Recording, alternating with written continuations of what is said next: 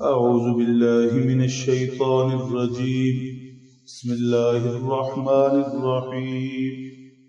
الطلاق مرتان فإمساك بمعروف أو تسريح بإحسان ولا يحل لكم أن تأخذوا مما آتيتموهن شيئا إلا أن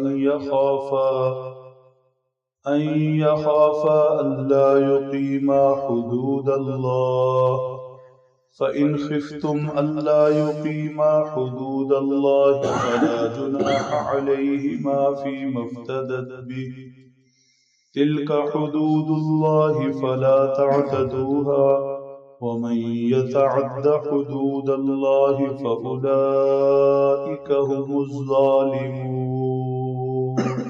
صدق اللہ.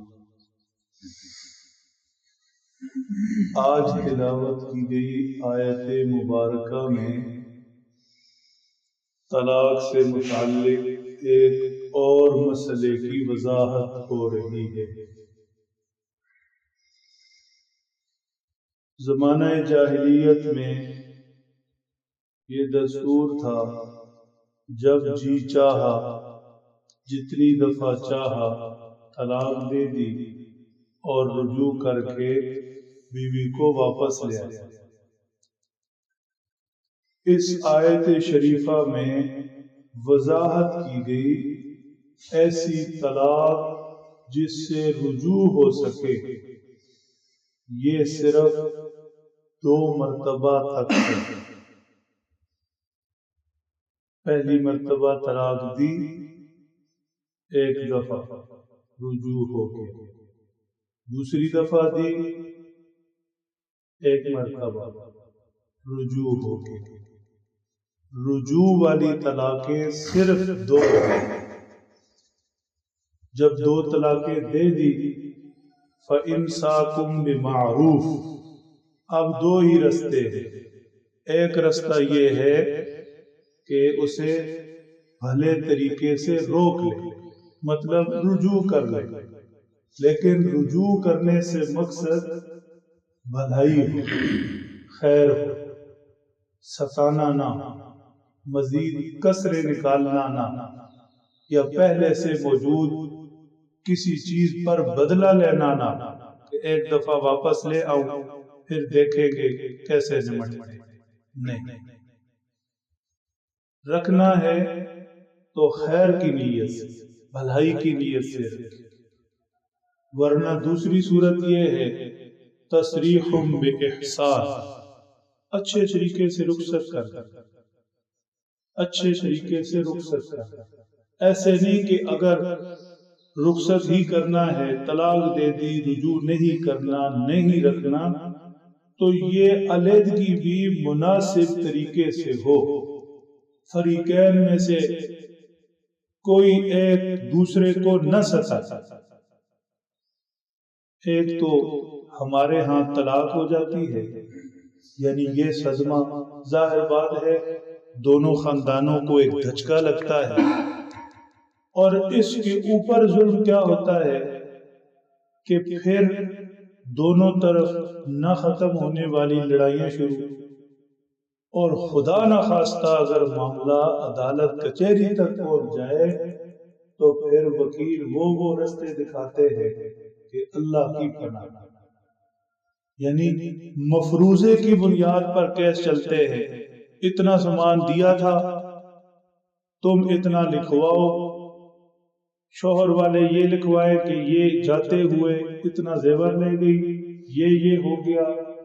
محض جھوٹ، افسانہ، مفروضہ، اس کی بنیاد پر پھر سال ہا سال کیس چلتے ہیں. مقصد صرف ایک دوسرے کو پر غصہ نکالنا. تو فرمایا اگر رکھنا ہے تو اچھی نیت سے رکھو، چھوڑنا ہے تو بھلے طریقے سے چھوڑو. علیحدگی کرنی ہے تو احسن طریقے سے، مناسب طریقے سے، کسی کو ستانا، تکلیف دینا، مزید اذیت میں مبتلا کرنا نہ. ایک تو طلاق ہوئی، یہ اذیت تکلیف دہ چیز، اوپر سے پھر لڑائی جھگڑے اور انہیں طول دینا، یہ مزید اذیت. فرمایا اس کے بعد یعنی جب 2 طلاق ہو گئی اور اب رکھنے کی نیت بھی نہیں، خامن کو مناسب نہیں ہے کہ وہ اپنا دیا ہوا حق مہر یا کوئی دوسری چیز واپس لے۔ مرد ہے، مرد کے شایع نشان نہیں، جو حق مہر دیا تھا یا جو چیز بھی تحفے میں دی تھی، استعمال کے لیے دی تھی، یہ اس سے واپس نہ لے، واپسی کا تقاضا نہ کرے۔ وہ عورت ایک تکلیف دہ مرحلے سے گزر رہی ہے، مرد ہے، اللہ اسے اور دے دے گے، اسے وہ سارا کچھ دے دلا کر رک سکتا ہے۔ لیکن اگر جھگڑے کا خطرہ بڑھ رہا ہے اور ایسی صورت کے اندر کہ جب مرد کی طرف سے کوئی زیادتی بھی نہیں ہے، مرد کا طلاق تک نوبت پہنچنے میں قصور بھی نہیں ہے، اور عورت مطالبہ کر رہی ہے طلاق کا جسے خلا کہا جاتا ہے، تو اس صورت میں مرد اگر اپنا حق مہر واپس لے تو لے سکتا ہے، اس لیے کہ طلاق تک معاملہ اس کی وجہ سے نہیں پہنچا، اس کی وجہ سے کوئی بیوی کی حق تلفی نہیں ہوئی، یہ کسی صورت بھی علیحدگی نہیں چاہتا، وہ خاتون چاہتی ہے اور اسی کی وجہ سے معاملہ یہاں تک پہنچا ہے، لہذا کہ اپنی شرط رکھ سکتا ہے کہ میرا حق مال یا جو جو چیز میں نے فلاں فلاں موقع پر دی تھی وہ مجھے واپس کی جائے، تو یہ اپنے مطالبے میں صحیح ہے۔ حضور پاک صلی اللہ تعالی علیہ وسلم کے پاس ایک خاتون آئی، مطالبہ کیا کہ میں اپنے شوہر کے ساتھ نہیں رہ سکتی، لہذا ہمارے درمیان علیحدگی کروائی جائے۔ آپ علیہ السلام نے پوچھا، خاتون کیا تمہیں شوہر کی طرف سے کوئی تکلیف ہے؟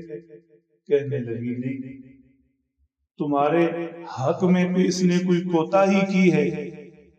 عرض کی نہیں، بس میرا مزاج نہیں ملتا، میری ان سے طبیعت نہیں ملتی، لہذا میں نے ان سے علیحدہ ہونا۔ حضور پاک صلی اللہ تعالی علیہ وسلم نے ان کے درمیان علیحدگی کروا دی، اور خاوند نے بیوی کو جو حق مہر دیا تھا وہ بھی واپس دلوا دیا، جس طرح خلا کی صورت میں ہوتا ہے۔